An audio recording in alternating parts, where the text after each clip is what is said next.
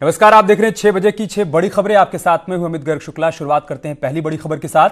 UP के प्रतापगढ़ में आज एक भीषण सड़क हादसा हुआ। हादसे में 9 लोगों की मौत हुई।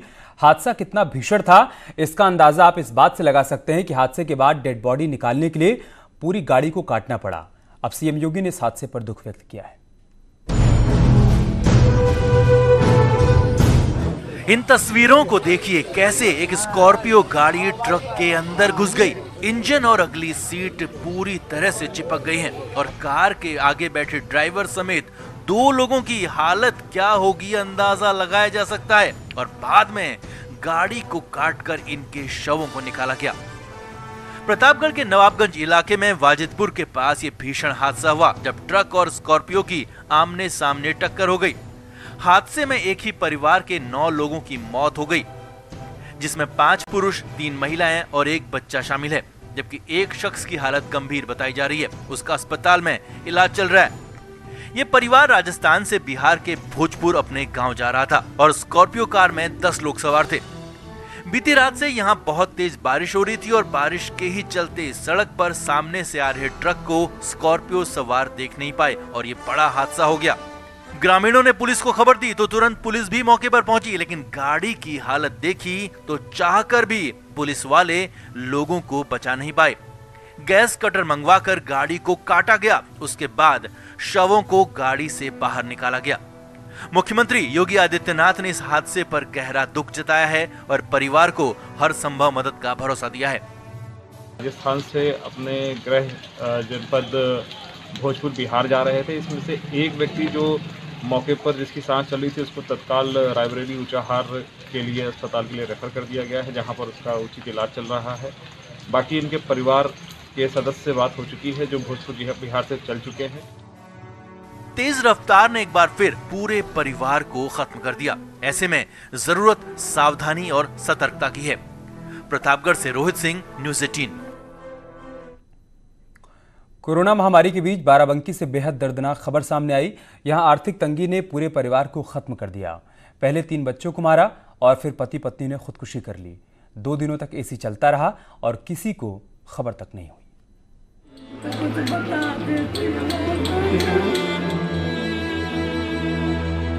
जिंदगी को बड़े जतन से संभालने की कोशिश की, लेकिन पल भर में सब कुछ बिखर गया।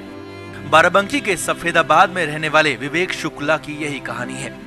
विवेक शुक्ला ने पहले अपने पूरे परिवार को खत्म किया और फिर खुद भी फांसी लगाकर जान दे दी। वजह कुछ लोग कर्ज को बता रहे हैं तो कुछ लोग आर्थिक तंगी, लेकिन घटना बेहद डराने वाली है।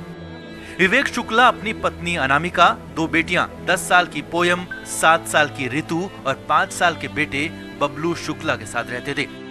हालांकि विवेक अपने माता पिता के पास ही रहता था, लेकिन शादी के बाद से ही उनसे अलग था, क्योंकि विवेक ने अनामिका से इंटरकास्ट मैरिज की थी। विवेक का पहले मोबाइल का काम था, लेकिन वो चला नहीं तो गैराज का काम शुरू कर लिया और फिर मार्च में आई महामारी के बाद लॉकडाउन में सब कुछ बंद हो गया, सब कुछ खत्म हो गया। घर पर खाने को पैसे नहीं थे, ऊपर से कर्ज के लिए लेनदार अलग। ऐसे में विवेक शुक्ला ने अपनी पत्नी के साथ मिलकर पहले 3 बच्चों को मार डाला और फिर खुदकुशी भी कर ली। श्री विवेक शुक्ल पुत्र भुवन मोहन शुक्ल, जिनकी उम्र लगभग 38-39 वर्ष थी, ने अपनी पत्नी और 3 बच्चों सहित आत्महत्या कर ली है। घटनास्थल के निरीक्षण के दौरान पाया गया कि मृतक विवेक शुक्ल का स्वयं का पक्का मकान है, जिसमें लगा हुआ एयर कंडीशन चलता हुआ पाया गया। मौके पर फील्ड यूनिट द्वारा सुसंगत साक्ष्य एकत्र किए जा रहे हैं। पिछले 2 दिन से विवेक का कमरा बंद था। माता पिता और भाई से बात नहीं होती थी तो उन्होंने भी ध्यान नहीं दिया, लेकिन जब 2 दिन बाद विवेक की मां ने छत से जाकर देखा कि आखिर दरवाजा क्यों नहीं खुल रहा तो उनके होश फाख्ता हो गए। विवेक और उनकी पत्नी पंखे से झूल रहे थे और फिर आनन फानन में पुलिस को खबर की गई। हम लोग नहीं जानते क्यों किया, न कुछ बताया, नहीं जब बोलते नहीं, बातें नहीं करते। तुम भैया मेरा ये 2 दिन से हमको नहीं दिखे। कमरा बंद था, एसी चल रहा था, चिंता हो रही थी कि क्या हुआ क्या नहीं हुआ है। दरवाजा भड़बड़ाया, आवाज दी, नहीं बोले। ये छत पे गई थी हमारी भाई, जब छत पे गई चिंदुले को देखा, जब मैंने देखा वो लटका हुआ था लड़का। ये नीचे आई तब मेरे मोही लड़के ने दरवाजा लात मार के तोड़ा है, लटका हुआ देखा, हम लोग बाहर बेहोशी थे। हालांकि पुलिस पूरी तरह से आर्थिक तंगी की बात को नहीं मान रही है, लेकिन आसपास के लोगों की माने तो विवेक शुक्ला कर्ज में डूब रहा था और अब कोरोना काल में उसे कोई चारा नजर नहीं आया। ऐसे में 3 मासूमों के साथ पूरे परिवार को खत्म कर लिया। अनिरुद्ध, न्यूज़ 18, बाराबंकी। और बात करते हैं एक बड़ी खबर की। यूपी लोक सेवा आयोग से बड़ी खबर है। पीसीएस प्री और एसीएफ प्री 2020 की परीक्षा टल गई है। 21 जून को होने वाली थी परीक्षा। लोक सेवा आयोग ने फिलहाल परीक्षा टाल दी है। इन परीक्षाओं की तारीख बाद में घोषित की जाएगी। खबर है कि लॉकडाउन के चलते प्रतियोगी छात्र परीक्षा टालने की मांग कर रहे थे। उनकी मांगों पर विचार करते हुए आयोग ने फिलहाल परीक्षा टाल दी है। तो 21 जून को होने वाली परीक्षा टाल दी गई है। प्रतियोगी छात्र लॉकडाउन के चलते मांग कर रहे थे कि परीक्षा टाल दी जाए और आखिरकार आयोग ने उस मांग पर विचार किया। पीसीएस प्री और एसीएफ प्री 2020 की परीक्षा टाल दी गई। फोन लाइन पर संवाददाता सर्वेश हमारे साथ इस वक्त जुड़ चुके हैं। सर्वेश, क्या जानकारी है, विस्तार से बताइए। लेकिन निश्चित तौर पर लॉकडाउन में सभी चीजें अस्त व्यस्त हुई हैं और खास तौर पर जो परीक्षाओं का कैलेंडर है यूपी लोक सेवा का, वो भी बुरी तरह से डिस्टर्ब हुआ है। लोक सेवा आयोग भी लॉकडाउन के दौरान बंद था, लेकिन बाद में आयोग खुला है, लेकिन तमाम ऐसी दिक्कतें हैं जिसकी वजह से पीसीएस प्री और एसीएफ प्री परीक्षा 2020 जो 21 जून को प्रस्तावित थी वो नहीं कराई जा सकती, क्योंकि इसमें लाखों परीक्षार्थी बैठते हैं और इसके साथ ही साथ प्रदेश के लगभग सभी जिलों में, बड़े जिलों में ये परीक्षा आयोजित होती है। वहां पर पेपर पहुंचाना और वहां पर अभ्यर्थियों का पहुंचना, ये सारी तैयारी नहीं हो पाई थी और लगातार परीक्षार्थी भी इस बात की मांग कर रहे थे और लोगों की समस्या और परीक्षा की तैयारी को देखते हुए आयोग ने फैसला लिया है कि फिलहाल परीक्षा स्थगित कर दिया जाए और अब इस हिसाब से कैलेंडर से ये परीक्षा नहीं होगी और परीक्षा की अगली तिथि आयोग बाद में घोषित करेगा जब हालात सामान्य होंगे। जी, शुक्रिया आपका हमारे साथ जुड़ने के लिए और जानकारी हम तक पहुंचाने के लिए। एक शिक्षिका अनामिका शुक्ला महीनों से 25 स्कूलों में काम कर रही थी और डिजिटल डेटाबेस होने के बाद भी 1 करोड़ रुपए का वेतन निकालने में कामयाब रही। ये नामुमकिन सा लग सकता है, लेकिन सच यही है। वो कस्तूरबा गांधी बालिका विद्यालय में विज्ञान की टीचर थीं और अंबेडकर नगर, बागपत, अलीगढ़, सहारनपुर और प्रयागराज जैसे जिलों के कई स्कूलों में एक साथ काम कर रही थीं। ये खुलासा तब हुआ जब डेटाबेस तैयार किया गया, जिससे पता चला कि अनामिका शुक्ला एक ही पर्सनल डिटेल्स के साथ 25 स्कूलों में पढ़ाने का काम करती हैं। अब सोचिए, एक तो शिक्षा विभाग के साथ धोखा किया जा रहा था, दूसरा बच्चों के भविष्य के साथ भी खिलवाड़ हो रहा था। सवाल ये भी है कि एक टीचर एक साथ 25 स्कूलों में कैसे पढ़ाती रही होंगी। ऐसे में उन स्कूलों के प्रिंसिपल और सहयोगी टीचर्स की भी मिलीभगत की जांच होनी चाहिए, क्योंकि इसके पीछे पूरा नेक्सस काम करता रहा होगा। तभी एक टीचर 1 करोड़ रुपए का वेतन उठाने में कामयाब हो पाई और ये सिलसिला 1-2 महीने तक नहीं बल्कि पूरे 13 महीनों तक चलता रहा।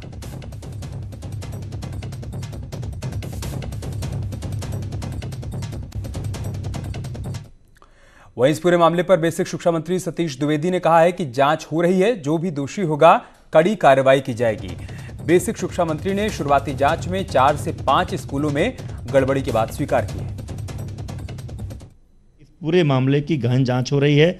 जिस शिक्षिका का अभिलेख है और जिसका अभिलेखों का इस्तेमाल अन्य शिक्षिकाओं ने किया है, सबके खिलाफ विभागीय कार्रवाई करने, एफआईआर दर्ज कराने के आदेश दिए जा रहे हैं और जिन अधिकारियों को इसकी निगरानी करनी होती है, जो लोग अभिलेखों की जांच करते हैं जब किसी की नियुक्ति होती है, उसके संबंध में भी जो लोग जिम्मेदार हैं उन सबकी भूमिका की जांच करके सबके खिलाफ कड़ी कार्रवाई होगी। कोरोना का प्रकोप देश में लगातार बढ़ता जा रहा है और अब वाराणसी में कोरोना नाशक तेल की एंट्री हुई है, जिसे काशी के कोतवाल काल भैरव के दरबार में चढ़ाया जा रहा है। क्या है कोरोना नाशक तेल की पूरी कहानी, आगे हम आपको दिखाएंगे, लेकिन इस बीच एक और तस्वीर सामने आई है, वो हम आपको दिखा दें। हाथी का इंसान से सदियों पुराना नाता रहा है।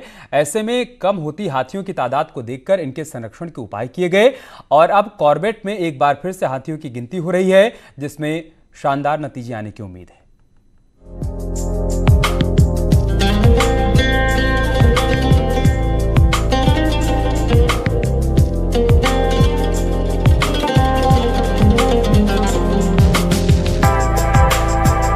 कॉर्बेट टाइगर रिजर्व में 6 से 8 जून तक हाथी गणना का काम किया जा रहा है, जिससे ये पता लगाया जा सके कि कॉर्बेट में कितने हाथी मौजूद हैं, ताकि इनके बेहतर प्रबंधन में मदद मिल सके।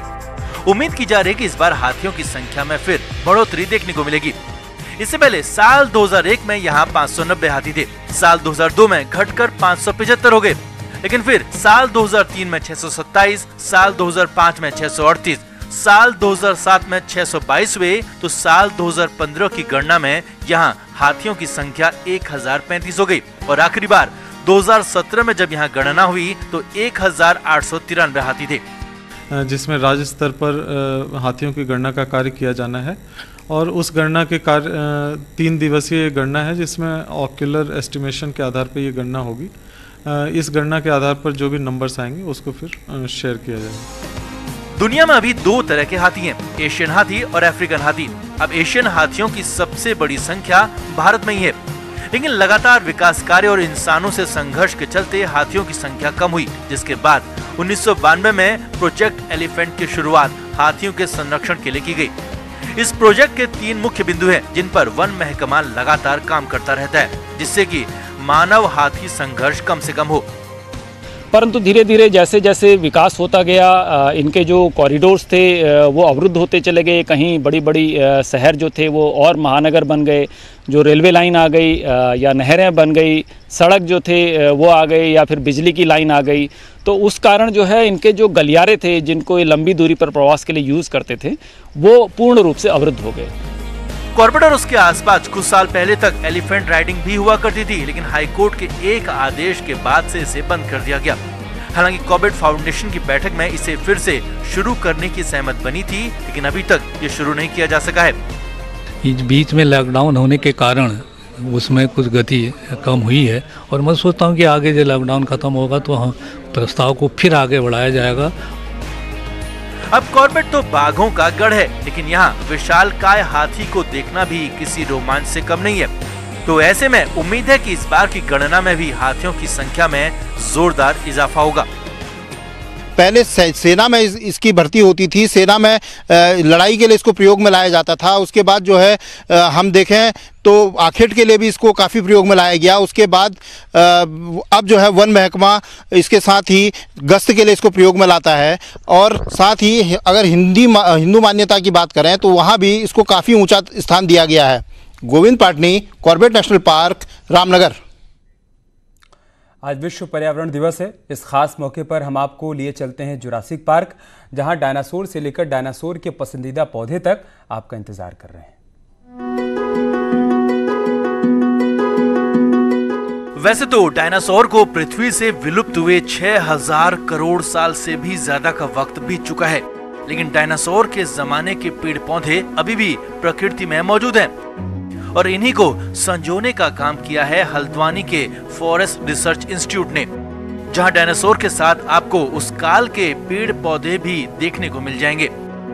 हमने यहाँ पर जो जुरासिक पार्क बनाया है, जुरासिक पार्क चूँकि डायनासोर जिस समय थे उस समय की जो वनस्पतियाँ हैं वो आज भी इस पृथ्वी पर मौजूद हैं। जैसे फर्न है, मॉस है, साइकेड है, जिंको बाइलोबा है, चीड़ है। तो ऐसे पौधों को हमने यहाँ पर संरक्षित किया है ताकि आम आदमी यहाँ पर आके अवलोकन कर सके कि डायनासोर के टाइम में जो वनस्पतियाँ थी वो आज भी जीवित है। वन अनुसंधान केंद्र के जुरासिक पार्क में लगे ये हरे भरे liverworts, moss, ginkgo, fern, cycas, pine और ऑर्किड डायनासोर की पसंदीदा प्रजातियां थी, जिसमें से फर्न और गिंको शुरुआती जुरासिक काल के पौधे हैं। इसीलिए जुरासिक काल की इन 7 प्रजातियों को देखने यहाँ आने वाले प्रकृति प्रेमी भी खासे खुश हैं। पहले देखें, पहले डायनासोर्स हुआ करते थे, फिर क्लाइमेट चेंज की वजह से डायनासोर एक्सटिंक्ट हो गए, गायब हो गए। तो ये क्लाइमेट चेंज की वजह से हो रहा है। अब हम ये क्लाइमेट को हम वापस इस पुरानी उसमें लाना चाहते हैं ताकि ये सब दोबारा से हो जाए। और ये जो जैसे डायनासोर्स हैं ये हमें पुराने ज़माने की याद दिलाते हैं। इनको देख के हमें पता चलता है कि हमें इन्वायरमेंट को साफ रखना चाहिए। डायनासोर और उसके पसंदीदा पौधों का एक कलेक्शन हमें बेमिसाल प्रकृति का संदेश देते हैं, जो इंसान के अस्तित्व को बचाए रखने के लिए जरूरी है। शैलेंद्र नेगी, न्यूज़ 18, हल्द्वानी। तो आज विश्व पर्यावरण दिवस है और सीएम योगी का जन्मदिन भी है। इस मौके पर सीएम योगी ने लखनऊ में पौधारोपण किया और लोगों से प्रकृति से जुड़ने का आह्वान किया। उन्होंने कहा कि पर्यावरण रहेगा तभी जीवन बचेगा।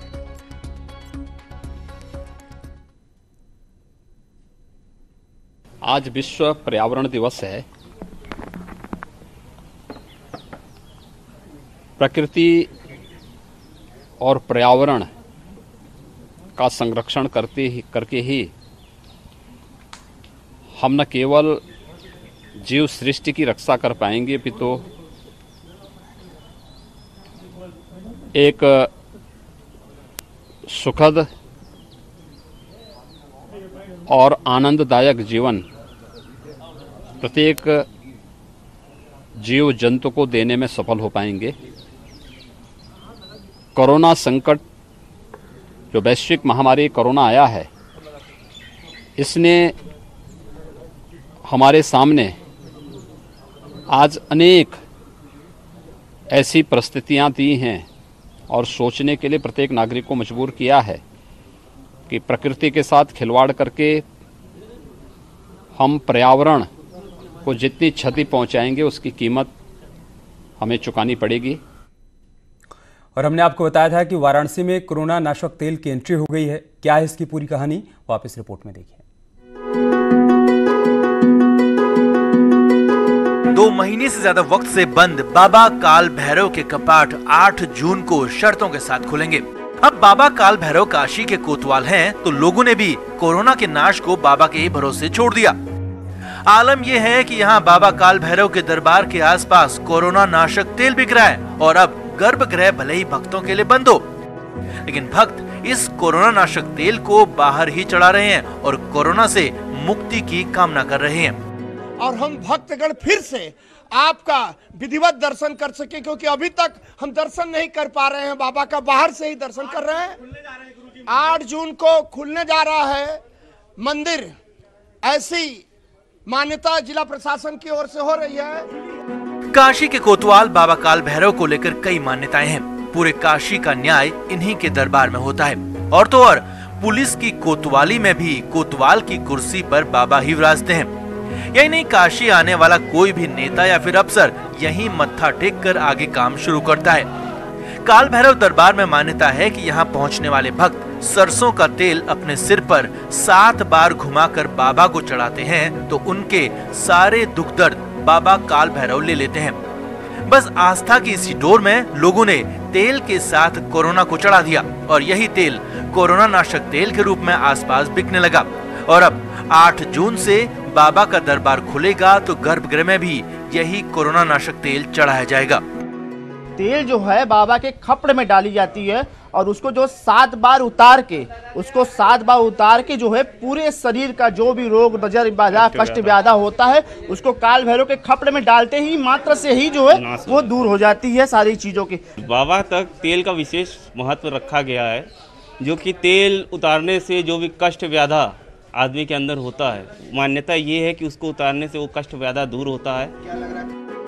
पीएम मोदी भी जब काशी आए थे तो उनकी 7 बार नजर उतारकर बाबा काल भैरव को तेल चढ़ाया गया था। और आस्था तो तर्कों से परे होती है और इसीलिए लोगों को विश्वास है कि कोरोना नाशक तेल के साथ बाबा काल भैरव उनकी बीमारी से रक्षा करेंगे। और इस तेल को उतारने के पीछे इनका विश्वास सिर्फ इतना है कि जब ये तेल उतारेंगे तो जो आम दिनों में वो तेल उतार के बाबा में चढ़ाते हैं, वैसे ही जब वो कोरोना का तेल उतारेंगे तो कोरोना जैसी बीमारी उनको छू नहीं पाएगी। उससे न केवल उनकी ही रक्षा होगी बल्कि पूरी काशी की और पूरी दुनिया की रक्षा होगी। और जो लोग भी दर्शन करने आएंगे उनको इनकी तरफ से यही कोरोना नाशक तेल दिया जाएगा जो अपने सिर से उतार के वो बाबा को चढ़ाएंगे। कैमरा पर्सन पंकज सिन्हा के साथ उपेंद्र द्विवेदी, न्यूज 18 वाराणसी। और चलिए अब आपको हरियाणा से आई एक तस्वीर दिखाते हैं जहां पर हिसार में बीजेपी नेता सोनाली फोगाट ने मामूली विवाद के बाद मार्केट कमेटी के सेक्रेटरी सुल्तान सिंह की चप्पलों से पिटाई कर दी।